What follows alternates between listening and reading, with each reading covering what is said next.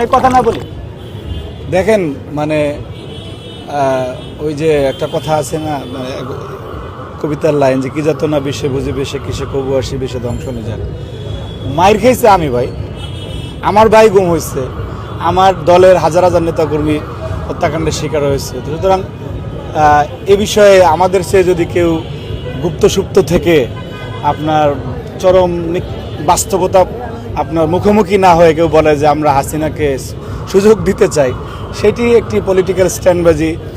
আবার রাজনীতির যে ওনারা তো গোলাবাজির রাজনীতি করেন, এই এক প্রকার বয়ান আর কিছু না, ঠিক আছে।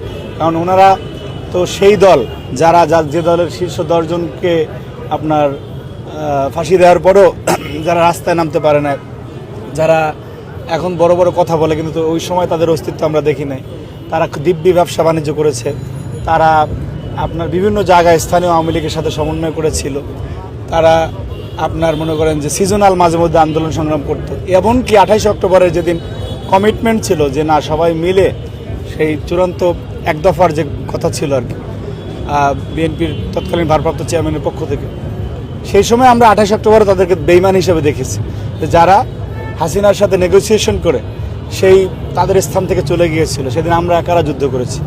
সুতরাং তারা কি বক্তব্য দিল, কি বয়ান দিল, এটা শুধুমাত্র কিছু মিডিয়ায় প্রচার হবে এবং বাংলাদেশের মানুষ বিশ্বাস করে না।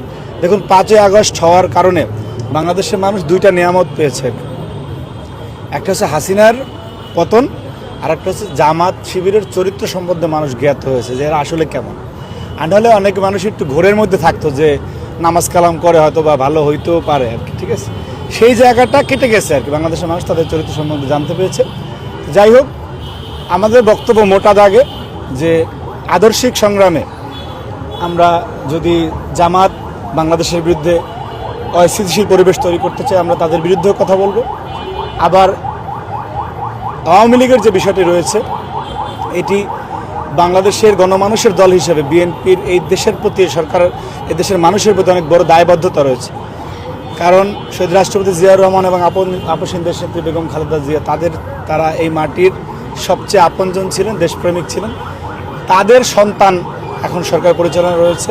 সুতরাং বাংলাদেশের মানুষের দরদটা তিনি বুঝেন।